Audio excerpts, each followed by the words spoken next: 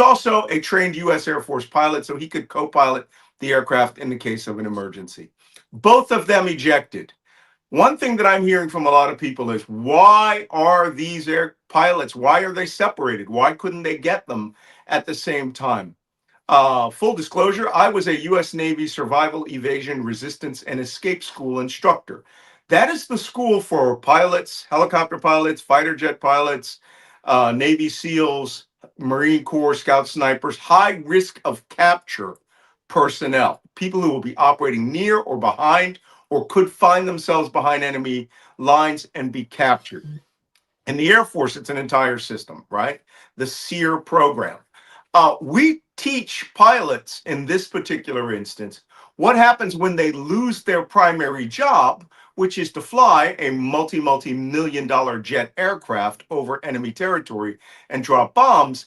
And then when the enemy gets a shot at them or they have a malfunction, what to do when they find themselves ejecting and then coming down in a parachute. Now you have another job altogether. Your job becomes, you are no longer a U.S. Air Force pilot or U.S. Navy pilot. You are a survivor evader.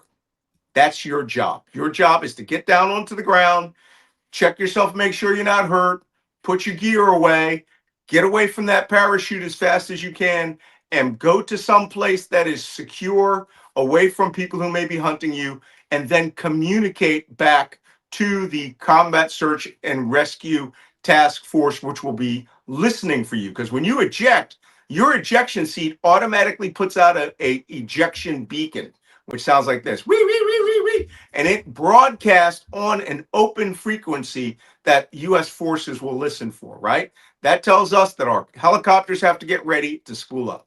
So that was aircraft number one. The pilot separated from the Wizzo because the aircraft's moving at several hundred miles per hour. The ejection seats are ejecting you at 10 plus Gs. You go in two separate directions, and then it's weather. It's you coming down on a parachute. One of you may be hurt, right? The ejection is very violent, but also the aircraft got hit by a missile and exploded. So you could have received shrapnel, the Wizzo could have been wounded, or the pilot could have been wounded, and you can land in two separately distinct areas and not be able to see where the other person is.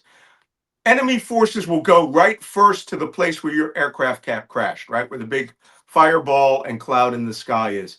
And from there, they're going to extrapolate where you are based on finding the ejection seat, which separates from you after you eject. The ejection seat's job is to get you up in the air and away from a burning aircraft. Then as it tumbles, it stabilizes itself with a drogue chute, and you can see that on the Iranians' photographs of the seat, but then you separate from the ejection seat, and you come down on your primary parachute with what's called the seat pen. That's a container that was under the ejection seat. And in there are additional survival items for you to survive and evade, because now your job is to run away from the enemy. Those two guys came down in two geographically distinct and separate areas and may have been separated by miles, right? Or it could have been close, but they could have been hurt or incapacitated and could not communicate with each other. Each person's job now, again, is to survive and evade away from the enemy. That happened. What you saw yesterday was U.S. Combat Search and Rescue Forces doing something extraordinary. They carried out a daylight recovery mission, which is what we call rescues, in the middle of the day. This just normally is not done. It is not done. The only reason we would do that is if we had a drone that was looking at that pilot, got into communication with CSAR, and we could visually identify the precise location of where that person is, lay out all of our maps on our CSAR task force, and I've had done training and done coordination with this on carrier strike groups, integrating intelligence into the combat search and rescue picture. And then we have an easy, relatively easy ingress, straight to the individual, pick them up, scrub that area to make sure there's no anti-aircraft guns that we know of, and bring them out. That's the only reason we would launch in the middle of the day. And that's precisely what they did. The problem is the WSO was not recovered. He is somewhere else. He might be too close to civilians. He might be near an urban area. They may have decided, because we try not to have the two helicopters pick up two people unless you are together, right? If you're separated, we're going to run a separate mission for you because you might be hurt. You may have special circumstances. That individual stayed there, and we usually try to get them to move at night very slowly. We don't ever run like you see in movies, right?